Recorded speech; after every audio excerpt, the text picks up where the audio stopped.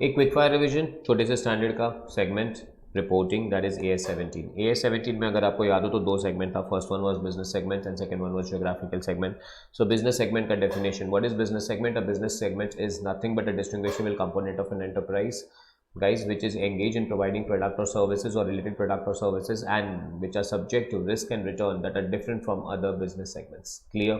What are the factors guys? जो पांच factor थे जो अपने बिजनेस सेगमेंट को आइडेंटिफाई करने में काम आएगा। पहला फैक्टर था guys nature of product, nature of production process, class of customer, distribution channels and regulatory environments.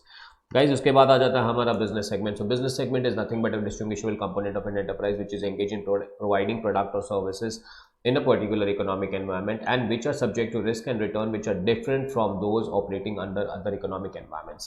Guys ये आइडेंटिफाई करने के लिए हमारे पास 6 पॉइंट है। पहला पॉइंट था गाइज जोग्राफिकल सेगमेंट की बात कर रहे हैं तो economic and political environment, relationship between two kind of operations, proximity of two operations, guys specific risk in some area, currency risk and guys last one आ जाता है exchange control restrictions. Too good guys उसके बाद आता है हमारा primary reporting and secondary reporting. Primary reporting की बात करेंगे तो डोमिनेंट फैक्टर, कौन डोमिनेंट है? अगर हमारा प्रोडक्ट ज़्यादा डोमिनेंट है तो business segment primary, geographical segment secondary.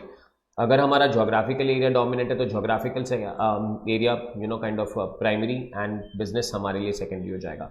Guys primary को अपने रेवेन्यू दिखाना है, असेट्स दिखाना है, लायबिलिटी दिखाना है, डेप्रिशिएशन दिखाना है, सिग्निफिकेंट आइटम्स दिखाना है, कॉस्ट एक्वायर्ड टू असेट्स दिखाना है।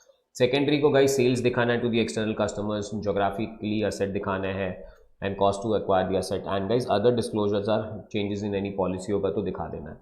अगर कहते हैं कि हमारे पास दोनों ही डोमिनेंट है तो गाइस मैट्रिक्स ऑर्गेनाइजेशन में रिपोर्ट कर दो। और गाइस फाइनली अगर हम रिपोर्टिंग सेगमेंट की बात करें ना तो अगर आपको याद हो तो गाइस हमें तीन फैक्टर कंसिडर करने हैं, 10% of assets, 10% of revenue and last one is 10% of absolute profit or loss. Absolute profit or loss का मतलब है profit or loss whichever is greater। क्या कहते हो? प्रकाश, टेक केयर, थैंक यू।